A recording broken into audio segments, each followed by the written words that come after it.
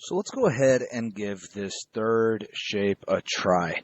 And if I take a look, I can see clearly that I'm not going to have enough room.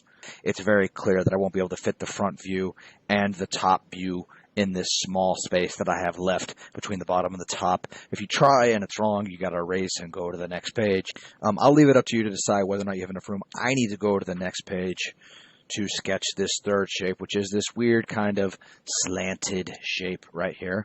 And I'm going to go ahead and start from the top view. And so, okay, I'll make sure I skip plenty of space between the top and the left side. And I'm going to start with this corner right here since we're starting from the top. And again, I'm sketching in pen. You should be sketching in pencil. Pencil doesn't show up very well on this projector. This corner right here, I'm going to start right here. And let's see what happens. It goes down 0.5. Now, as we said before, 0.25 is 1 square. 0.5 is 2 squares.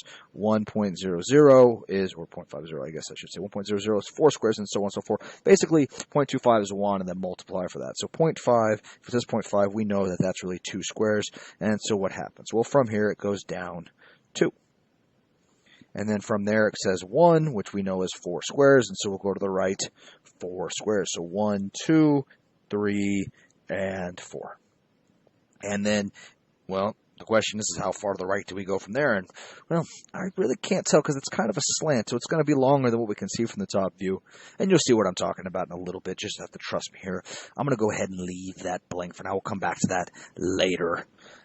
It also goes forward 2 more squares, or down from this view, but it's really forward 2 more squares. And then, of course, if we did it right, that should connect by 4. And now this front face we can't see from the top view, and so this edge and this edge will look like one edge and the same. And so that means this corner and this corner are the same to us, which is this corner right here. And what happens from there? Well, it goes forward 0.75 or 3 more squares. So we'll go forward 1, 2, 3. And then it goes to the right some amount, although it doesn't say the amount exactly, does it? It doesn't say how far to the right it goes. I just know it goes to the right. Except from the top view, well, there's going to be some line here in the middle, but from here to here, I can see this from the top view.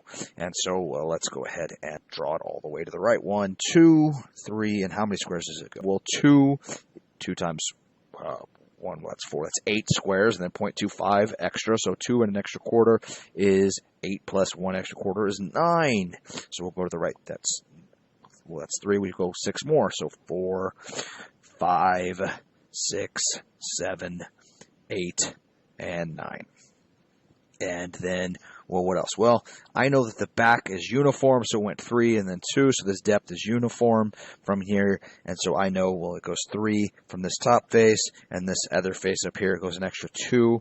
And then I can see that that's just going to be 1 straight edge. And so if we look at this 3D model version of this slanted shape, and we click on and we measure that bottom length and then look at it from the top view, you can see where I get 2.25 from. You can see how I got the entire length is 2.25 because that's all we can see from the top. The slanted view is sort of foreshortened from the top view, so it doesn't look as long as it is from the top view.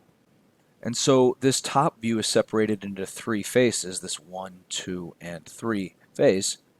The only question is, well, where does this line, there's going to be a line extending this way and this one going here. The question is where does that exist? It doesn't exactly give us a measurement for the length of this line or the length of this line, so we can't sketch it yet. We will, if you trust me here. But what we can do is we can draw down our construction lines and sketch the front view. And so again, I'm going to use green to represent construction lines. You will use light pencil so that you can tell the difference between an object line and a construction line, or you will not get credit for the shape and you will start over. But from here, I'm going to skip 2 or 3 squares, and I'm going to draw this corner right here. And what happens? From this front view, I can see it goes down 0.75 or 3 squares. And so 1, 2, 3. And then from here, it also, I can tell it goes to the right, well, to this construction line. That's the whole point. That's where this edge ends. So it goes to the right. 1, 2, 3, and 4. Although it doesn't go straight down from there, that's where the slant begins, and we'll sketch that in a little bit. Now, I notice that this edge and this edge from the front are one edge in the same. And so that means this corner and this corner are the same corner. And so from here it goes down, well, 0.5, that's 2 more squares. So 1, 2. Okay, and I also know that it will go to the right some, although I don't know how far to the right it will go. I'll just start that mark for myself. I do know that it'll go all the way to the end from this point. It'll go all the way to the end, this entire depth. It ends, well, at the end of this shape. And so we can count it out if we want. We know it'll be 9 wide, or we can just connect it with a straight object line all the way to our construction line. And so the question is what happens from here? Well, if you look from this view, this slant is one straight line. From the back, you can tell. From the front, it's a little bit harder to tell, but essentially, this slant is continuous. You can tell because this edge doesn't change. And so, while there's a degree of separation between these two faces, and there's a cutout here, so when I say this slant is one continuous line, what I mean is when you look at it from the front view, it does look like just one continuous slant. If you look at how the corners line up, this is one clear edge, and this corner is at the same width as this corner, and so it all goes together. This is one continuous line. So essentially, this corner, which is the same point from the front view as this corner is right here, connects into a straight line into this corner, which is the same as this corner, which is this corner right here. And so what I'm going to do is I'm going to connect that with an object line through my handy-dandy ruler or my straight edge. Connect that slant for myself. And so just one clean line.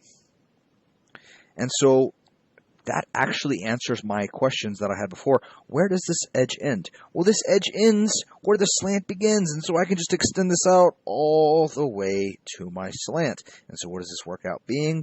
Well, it ends up ending 2 squares before, so I know this is 7 squares left to right. Now, I don't want you to actually count it out. I want you to end it at the construction line.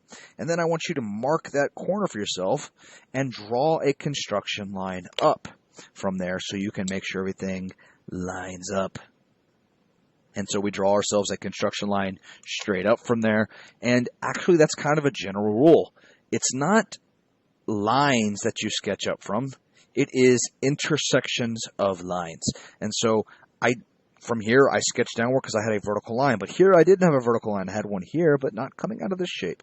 It was an intersection that went upwards, or downwards into that intersection. And the same thing here is I don't have a line here, a vertical line, but I do have an intersection of 2 lines, and I extend that up as a construction line.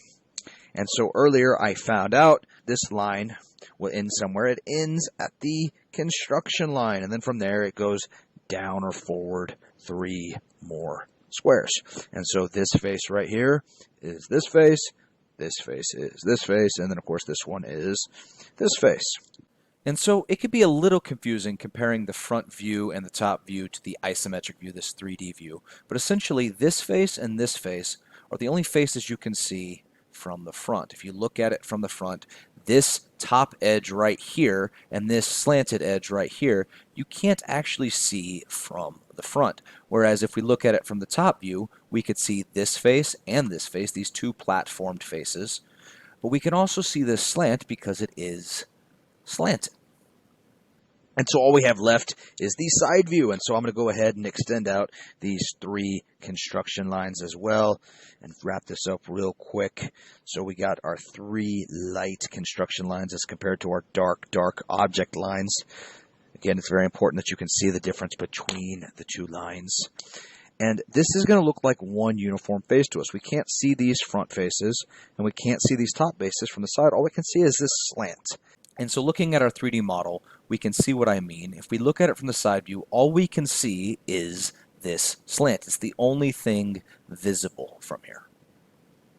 And so this slant is actually visible from the top and from the side. And so I'm going to go ahead and start with this corner right here. It doesn't say how long that line is, but I don't need to know how long that line is. I just need to know how tall this is from bottom to top. And so if I start this corner right right here, and it goes up. How far does it go up? Well, to the height of this edge. This edge and this edge are the same height, and so it just goes straight up to that construction line. The measurement doesn't really help us, but the construction line does. And then how far to the right does it go? Well, I know that found out the entire depth. This was 3 and this was 2, and so 3 plus 2, because math is 5. And so the depth should always be the same. The depth in the top view and the depth from the side view will be the exact same number because math. So 1, 2, 3, 4, 5. And then, of course, how high does this line go? Well, I can't see that measurement, but I don't need to see the measurement. I just need to know from the bottom to the top. Well, this is the bottom, this is the top, and so I know it's going to go all the way to the top of our square, and that makes sense. The whole thing is 5 tall. That's just a slanted face that we can see from here. And from that corner, it goes to the left 2 squares. We labeled that earlier. This is 2, so this will be 2 as well. And then again, I don't know this length, but I don't need to. I just need to know the height. And so I know this will extend straight down all the way until it will end right here. And then it just connects to the left by a length of 3. If we did it right, this should be, as we said here, 3 long. And if we look, 1, 2, 3, it works. And of course it works because math. And yes, that makes sense that that's all we can see. You might say to yourself, well, it looks a little shorter. And I would say, well, yeah, of course it looks shorter. We're looking at it from the side. It's not a perfect view. When you look at something slanted, it's going to look slightly shorter than it actually is from that view.